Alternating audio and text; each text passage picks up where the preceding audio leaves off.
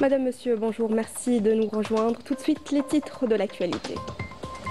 La participation du Sahara occidental à la TICAD 2025 confirme sa légitimité au sein de l'Union africaine et traduit le soutien diplomatique à sa cause, malgré les manœuvres du Maroc pour étouffer son droit à l'autodétermination. Les détails tout à l'heure.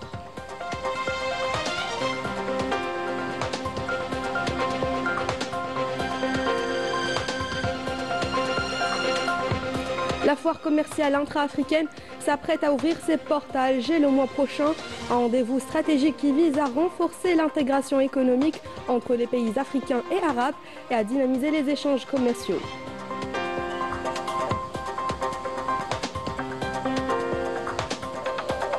À Indefla, les indicateurs sont au vert avec la mise en place de 11 silos de stockage et à Khenchla, 2 jeunes exploitants transforment des terres rocheuses en vergers de pommiers avec l'objectif d'atteindre 150 000 arbres.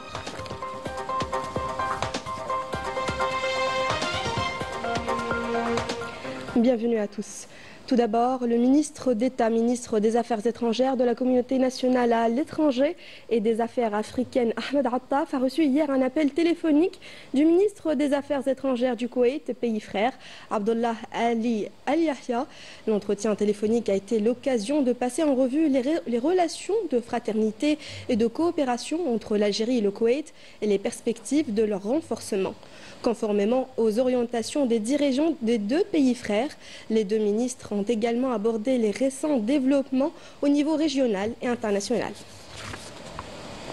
Représentant le président de la République Abdelmadjid Tebboune, le ministre de l'économie, de la connaissance, des startups et des micro-entreprises, Nourdine Wadah, a pris part aux travaux de la conférence internationale de Tokyo sur le développement de l'Afrique qui ont débuté hier à Yokohama. La participation de l'Algérie à cette conférence traduit son engagement à renforcer sa présence dans les grands événements internationaux et à soutenir le processus de développement en Afrique en nouant des partenariats stratégiques avec le Japon et d'autres acteurs internationaux. De son côté, le chef de l'ONU, Antonio Guterres, a affirmé lors de sa participation à la conférence de la TICAD que l'Afrique dispose de tous les atouts pour devenir une superpuissance du renouvelable. Il a également appelé à davantage d'investissements et de technologies pour que la richesse naturelle du continent profite aux populations africaines et pour construire une base solide de production d'énergie renouvelable. À Yokohama, la TICAD 2025 a confirmé la présence légitime de la République sahraoui en tant que membre à part entière de l'Union africaine, infligeant ainsi un nouveau revers au Maroc, malgré ses manœuvres pour étouffer la juste cause du Sahara occidental. Celle-ci bénéficie d'un soutien international croissant et d'une visibilité renforcée sur la scène diplomatique et médiatique. Walid Yousfi. Nouveau revers diplomatique pour le Maroc. Malgré un lobbying intense, toutes ces tentatives pour isoler la cause sahraoui des instances internationales ont échoué. Pour rappel, l'an dernier, un scandale avait éclaté. Le représentant marocain avait eu recours à la violence contre son homologue sahraoui. Une mascarade qui a révélé au monde entier le vrai visage du Marzen. Cette fois-ci, à Yokohama, lors de la TICAD 2025, les organisateurs ont prévu une protection renforcée à la délégation sahraoui, conduite par le Premier ministre et le ministre des Affaires étrangères. Preuve de la perte de crédibilité croissante du Maroc. Membre fondateur de l'Organisation de l'Unité africaine, devenue Union africaine, la République sahraoui participe de plein droit à ce sommet Japon-Afrique. Sa présence légitime et reconnue traduit la résistance d'un peuple qui lutte pour sa liberté et son droit inaliénable à l'autodétermination. La cause sahraoui bénéficie aujourd'hui d'un soutien international grandissant, d'une reconnaissance accrue au sein des instances onusiennes et d'une couverture médiatique renforcée. Au Brésil, la chaîne de télévision Communautária Brasilia diffuse désormais une émission mensuelle intitulée Sahara Libre, pour suivre l'actualité du dossier et dénoncer les manœuvres du Maroc. Por isso, a Frente Polisário continuou a luta. Em 1976, no território liberado, foi proclamada. Depuis 1976, la lutte pour la libération se poursuit. Au Japon comme ailleurs, la voix du Sahara occidental continue de s'imposer, malgré les tentatives répétées de l'occupation marocaine d'effacer une cause plus que jamais présente sur la scène internationale.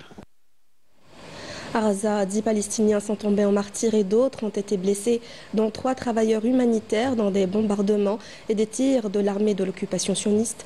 La situation se détériore de jour en jour. Après la destruction des écoles, de nombreux enfants sont contraints de travailler pour survivre. Reportage de Salam Al-Iwadi, commentaire de Majda Jahmoun.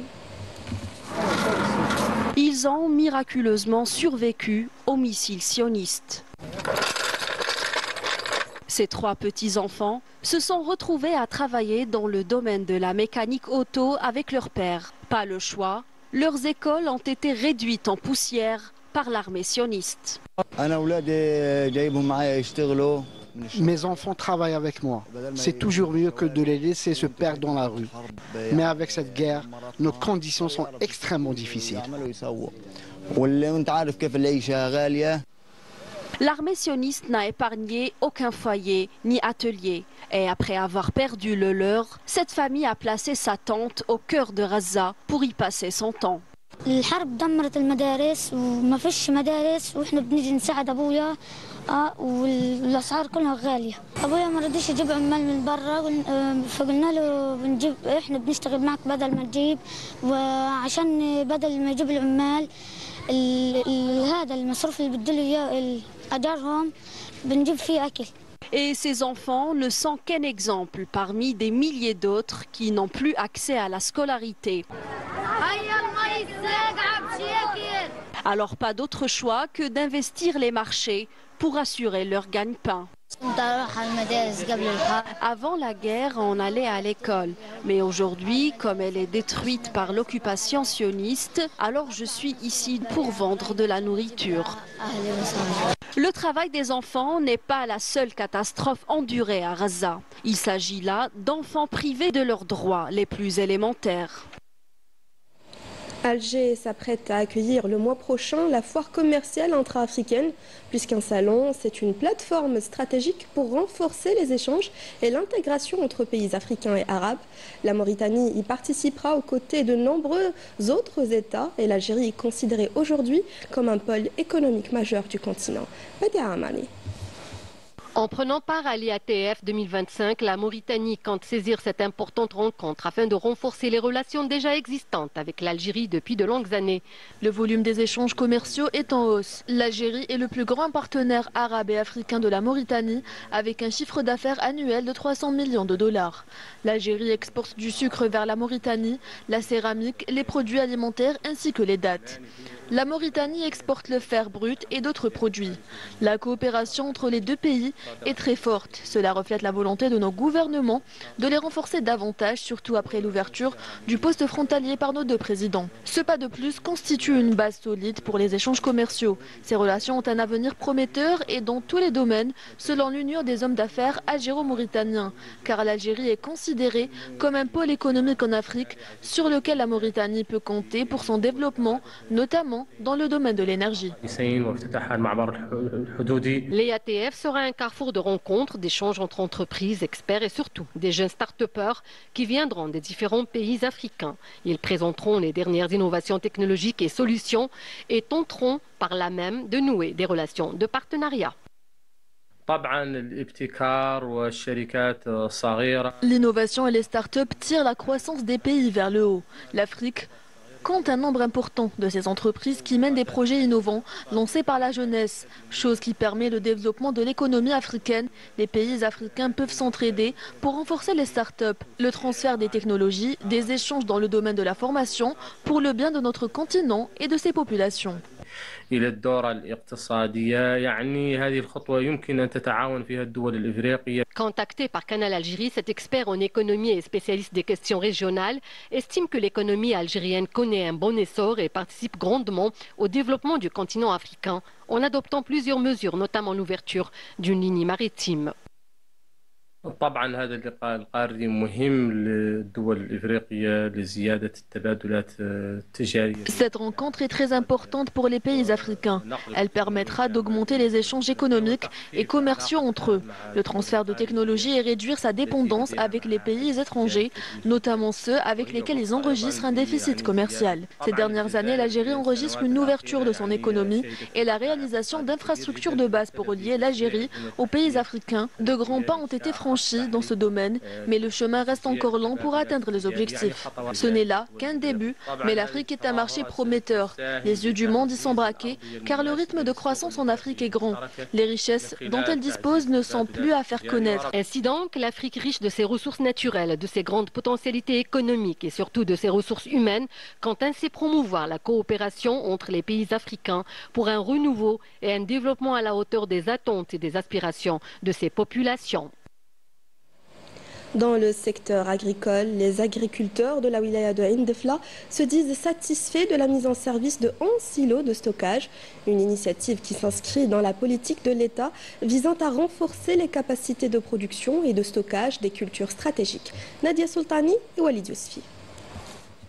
À Ain Defla, les agriculteurs voient leurs conditions de travail s'améliorer.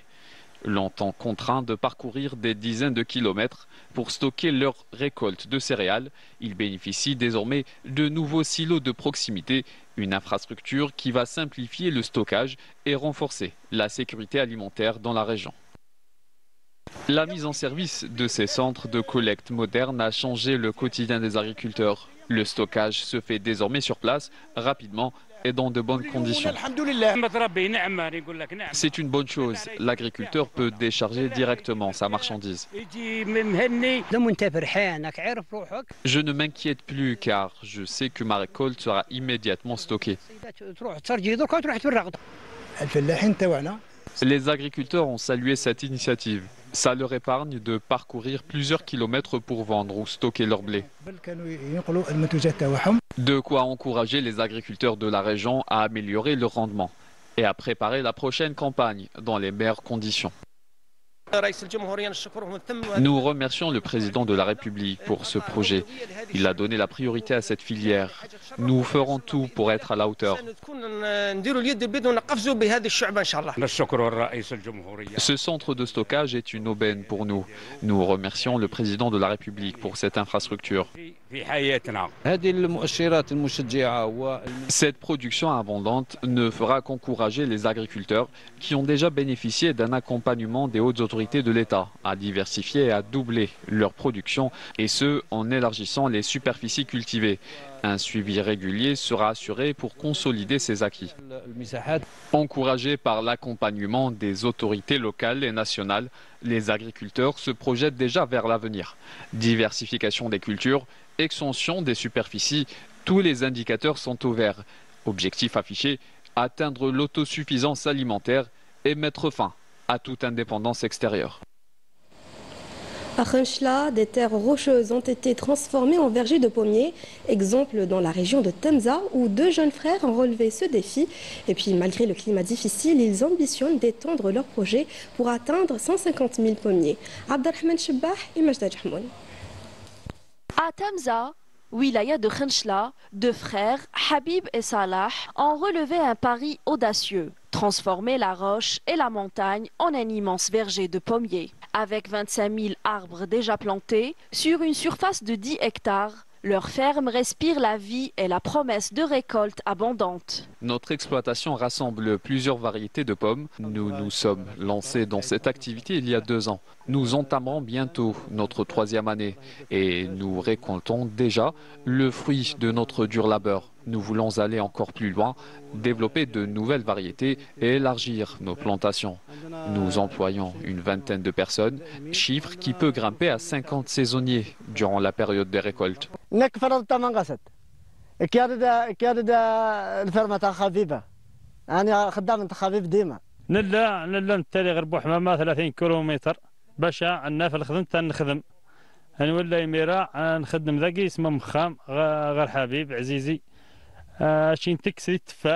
Depuis leur enfance, le parcours des 2 frères est intimement lié au travail de la terre, renforçant leur détermination à s'orienter vers cette filière. Ici, rien n'a été facile. Le relief montagneux, les terres arides, l'isolement, mais avec une bonne dose de persévérance, ils ont su redonner vie à ces sols.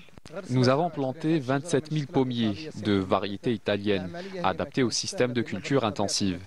L'opération n'a pas été facile, mais grâce à Dieu, nous avons réussi à revaloriser ces terres avec nos propres moyens, matériels et financements. Notre ambition est d'atteindre 150 000 arbres, surtout si l'État nous accompagne, notamment pour le raccordement au réseau électrique. Pour Habib et Salah, ce défi relevé n'est pas seulement une aventure personnelle. C'est une contribution au développement de la filière pomme en Algérie. Une première étape vers de plus grandes réussites. On pense souvent à protéger sa peau du soleil, mais on oublie parfois les yeux. Pourtant, eux aussi sont exposés aux rayons ultraviolets. Les spécialistes rappellent que seules des lunettes de soleil avec filtre UV certifié assurent une vraie protection. Un geste à adopter dès l'enfance. Reportage de Rina Lerari. Sous un soleil éblouissant, le port des lunettes est une nécessité. Mais si certains ne sortent jamais sans leurs lunettes de soleil, été comme hiver, d'autres ne leur accordent pas beaucoup d'importance et les considèrent comme un accessoire de mode. Elles sont pourtant indispensables pour préserver la santé de nos yeux face aux rayons UV. En été, je ne sors jamais sans mes lunettes de soleil. Mais le reste de l'année, je suis un peu moins rigoureuse et le soleil tape moins fort. Donc je m'en passe plus facilement. Je choisis toujours mes lunettes chez l'opticien pour être sûre d'avoir des verres de bonne qualité. De préférence. Avant, les lunettes de soleil étaient portées accessoirement, mais aujourd'hui, je réalise à quel point il est important de les porter. Surtout que je veux absolument préserver la santé de mes yeux.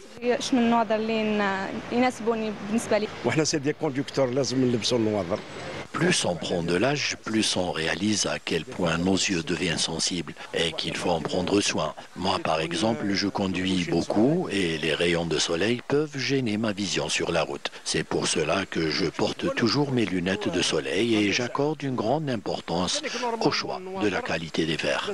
Et pour avoir de plus amples informations sur le port et le choix des lunettes solaires, nous avons rencontré un ophtalmologue qui nous explique l'importance de choisir des lunettes offrant une protection UV optimale. Il faut savoir qu'un verre foncé ne constitue pas spécialement une protection.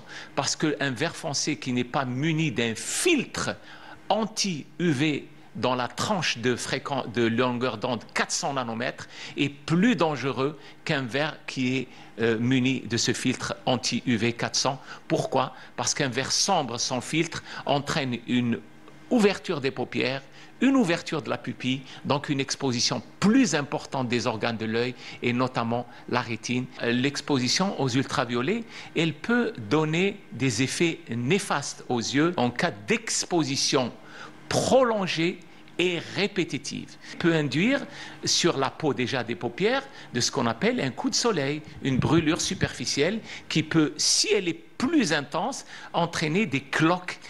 Plus en arrière, il y a la conjonctive, le blanc de l'œil, des rougeurs, des picotements, une sensation de grain de sable, une brûlure de la cornée par les photons, par la lumière du soleil et qui entraîne des douleurs très intenses, un larmoiement, une crainte de la lumière, voire une baisse de la vision. Instaurer le réflexe de porter des lunettes de soleil dès le jeune âge est donc essentiel pour préserver la santé des yeux à long terme. Une mention particulière pour les enfants qui sont en phase de maturation de l'œil. Tous les organes de l'œil sont en phase de maturation, donc plus fragiles et plus fragilisés. Et si nous devons, pour une question de budget, nous équiper en lunettes protectrices contre la lumière du soleil et notamment les ultraviolets, il faut d'abord privilégier les enfants aux adultes. Une opticienne nous éclaire sur les critères essentiels à prendre en compte lors de l'achat de lunettes de soleil. Tout d'abord, il faut prendre en considération la forme de visage, le confort et l'ajustement aussi. Deuxièmement, la qualité des verres. Il faut qu'ils soient polarisés et offrent une protection UV maximale. Améliore la clarté visuelle et le contraste. Elle élimine la fatigue oculaire dans des différentes activités comme le sport, en plein air et la conduite. Que ce soit en été ou en hiver, par temps ensoleillé ou couvert, le port de lunettes de soleil est un geste indispensable pour préserver la santé des yeux contre les dangers des rayons UV. C'était le journal de la rédaction. Merci à vous de l'avoir suivi. Excellente suite des programmes sur Canal Algérie.